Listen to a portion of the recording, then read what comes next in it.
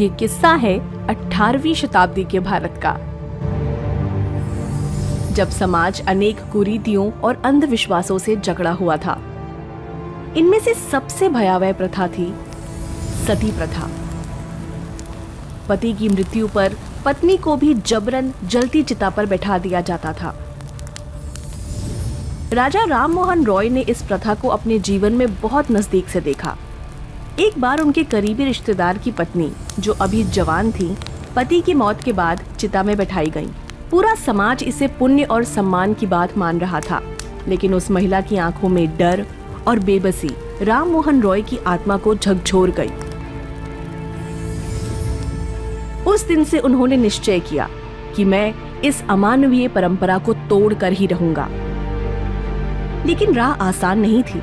समाज के पंडित, पुरोहित और बड़े बड़े जमींदार उनके खिलाफ खड़े हो गए।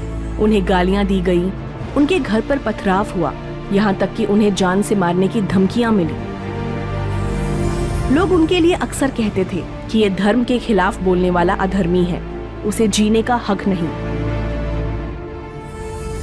लेकिन राम मोहन रॉय ने हार नहीं मानी। उन्होंने अखबार निकाला, लेख लिखे, सभाएं की, अंग्रेज अधिकारियों तक गुहार पहुंचाई। उनकी आवाज धीरे धीरे पूरे भारत में गूंजने लगी। उनकी अटूट कोशिशों का नतीजा 1829 में आया, जब governor general Lord William Bentinck ने सती प्रथा पर पूर्ण प्रतिबंध लगा दिया। यह भारतीय समाज में एक नई सुबह थी।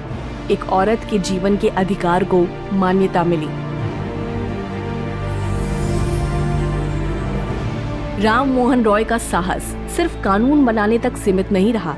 वे औरतों की शिक्षा के लिए भी आगे बढ़े। उनका विश्वास था, यदि स्त्री शिक्षित होगी तो समाज का हर हिस्सा प्रगति करेगा।